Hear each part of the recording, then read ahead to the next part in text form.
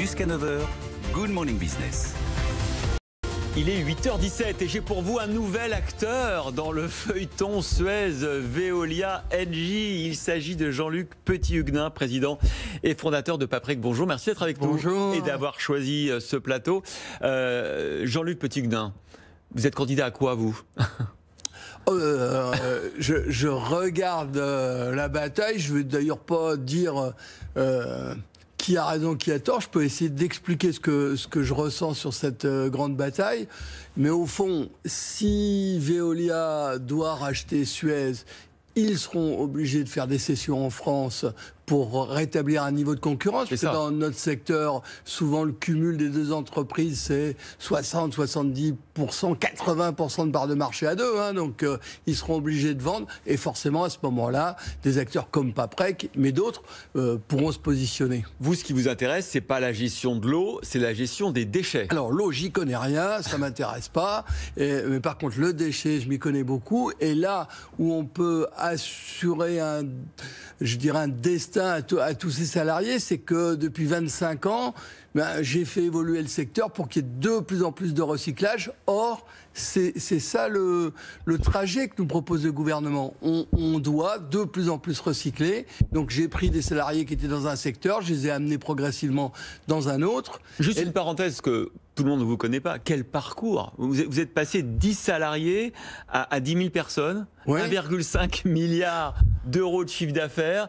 Incroyable success story pour Paprec. Oui. Vous m'avez même, vous, BFM, décerné le prix de l'entrepreneur de l'année. C'était mérité, hein. Bon. Oui, mais merci beaucoup. C'est vrai que c'est un parcours très intéressant, mais j'allais dire, ce qui est encore plus intéressant, c'est que la France a des champions. La France, elle a ses deux champions dont on parle, Suez, Veolia, mais elle a aussi un Paprec qui est le numéro 1 du secteur du recyclage.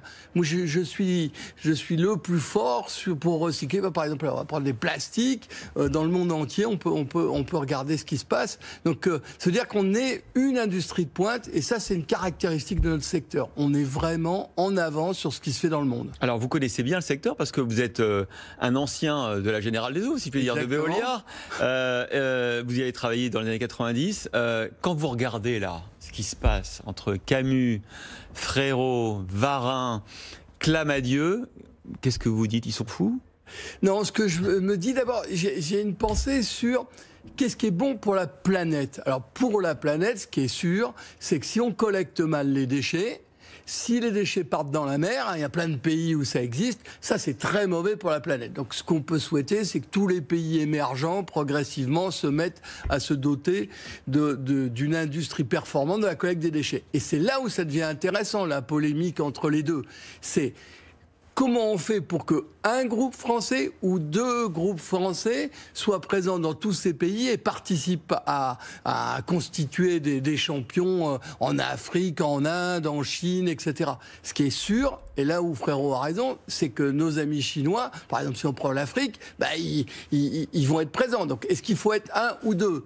Vous savez, j'ai été associé pendant longtemps avec Bernard Arnault, qui était à mon capital. Donc j'ai une petite idée d'un secteur, le luxe, où il y a Bernard Arnault, où il y a donc LVMH, où il y a Kering, où il y a Hermès. Ça les empêche pas d'être des champions. Donc ça, c'est la théorie Suez. Oui, c'est ça. On peut être plusieurs et on peut être des champions mondiaux.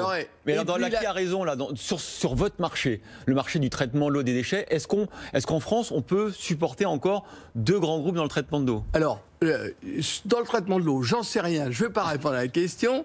Et dans le traitement des déchets, je peux essayer d'expliquer la complexité. C'est des marchés locaux. Donc de ce point de vue-là, on peut dire Suez a parfaitement raison dans ce qu'ils disent. Mais en même temps, c'est en train de devenir des marchés industriels. Pour moi, 1,5 milliard de chiffre d'affaires, c'est 1,5 milliard d'investissement. Donc la théorie de Frérot, il faut être gros pour pouvoir continuer à innover. Il faut monter des usines en commun. C'est une industrie qui se crée. Elle est compréhensible. Alors, est-ce que l'addition des deux, ça fait qu'on sera plus performant en Afrique? C'est sûr qu'en France, on n'a pas le problème parce qu'en France, il y a de telles parts de marché. Mais c'est vrai qu'on ne parle pas que du marché français. On parle du marché mondial. Et dans le marché mondial, si on n'est pas fort, c'est les Chinois qui remportent les marchés, notamment. Alors là, je dirais chacun va défendre sa position parce que on va retomber sur le débat que je décrivais. D'un côté LVMH, Hermès et Kering, et de l'autre l'idée de PSA, parce que Varin il a fait PSA Fiat, donc il a une idée de ce que c'est.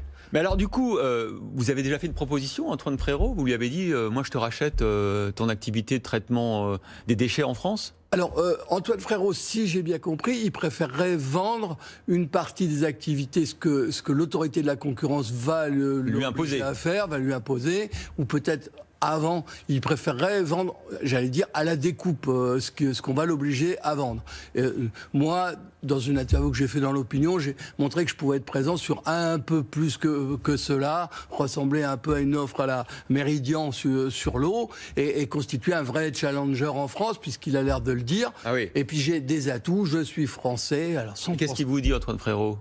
Qu'est-ce qu'il me dit, Antoine Frérot? Que c'est pas le timing pour lui, parce qu'il faut déjà qu'il gagne son opération ou qu'il la fasse pas. Et vous avez vu que ça a l'air d'être très compliqué. Bah, je vous le confirme, c'est très. Et après, au niveau de la France, si on pouvait, c'est la position du gouvernement, si on pouvait revenir dans un schéma plus amical, ce serait quand même mieux. Alors vous voulez mettre sur la table 1 à 2 milliards d'euros de rachat d'actifs. Vous avez l'argent? Alors, est-ce que j'ai l'argent? Ah oui. Ça, c'est une très bonne question. Et la réponse est oui et non. Alors, je vais essayer de vous expliquer mon oui et non. Oui, si je suis capable de lever cet argent, ce que je fais depuis l'origine. Moi, je ne suis pas fils de milliardaire. Je ne suis pas fils de la famille Rothschild, donc j'ai démarré avec mes petites économies, et puis je viens vous voir aujourd'hui et je vous dis, j'ai été capable d'investir 1,5 milliard en France. Ça veut dire que j'ai été accompagné ou par des capitalistes formidables, on va prendre Bernard Arnault, ou par des banques. Il y en a encore à mon capital. En ce moment, j'ai la banque BPI à mon capital. Donc ces gens-là, ils croient dans mon projet. Et ils croient, et c'est ça peut-être le point absolument clé, ils croient à la vision patrimoniale de long terme qu'incarnent les entreprises comme moi. C'est-à-dire, moi, mon but, c'est pas de vendre mon entreprise, hein, c'est de la passer à mes enfants. Et mes salariés, ils savent que je raisonne à 10 ans, à 15 ans, à 20 ans, à 25 ans. Je le rappelle, ils sont 10 000 vos salariés. Oui. Et ils savent que là, je suis en train de leur dire, peut-être qu'un jour, on sera 20 000 ou 25 000, et on va se préparer. Et en plus, toute cette opération qu'on va faire ensemble, mais c'est une opération de long terme. Donc, moi, je coche un certain nombre de cases. Vous l'avez vu, Frérot, il dit, si on doit vendre, on vendra telle et telle activité. Il faut que ces gens-là soient respectueux de l'environnement. C'est mon cas. Il faut que les salariés. Donc, moi, je dis, les salariés, chez moi, ils sont bien, hein. Ils ont l'air tous très contents. On peut les interroger, tous ceux qui nous ont rejoints. J'avais 3500 personnes, parce que la dernière fois, c'était la SOR qui vendait ses activités avec la COVED. On y a participé. Donc, si demain, on sera présent et on sera en concurrence, on verra ce que ça donne. On va reparler de votre métier, parce que c'est un métier souvent méconnu, alors qu'il est essentiel, le traitement des déchets, et qu'il est en train de vivre une véritable révolution. Révolution, oui. Est-ce que vous êtes suffisamment aidé par le gouvernement? Là, on nous dit dans le plan de relance, dans les 100 milliards, un tiers pour la transition écologique, dont vous êtes un acteur essentiel. Est-ce que c'est vrai? Est-ce que vous vous sentez épaulé, soutenu?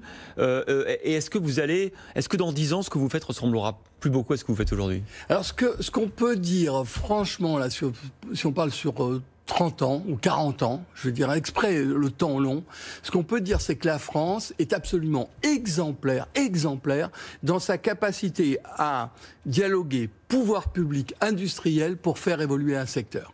Il y a 40 ans, nos décharges, elles polluaient, nos incinérateurs, ils polluaient, on les composte, on mettait les métaux lourds, et tout ça, c'est fini. C'est fini, on est vraiment exemplaire, et ça c'est un dialogue avec le gouvernement. Ils ont monté les barres petit à petit, les collectivités locales ont joué le jeu. Donc vraiment, arrêtons de nous opposer tout le temps pour raconter des belles histoires. C'est quand même incroyable que la France, en 40 ans, dans ce secteur-là, on n'était pas exemplaire. Maintenant, on est ce qui se fait de mieux au monde. Qu'est-ce qu'il reste à faire? Donc, alors, ce qui reste à faire, plus de recyclage.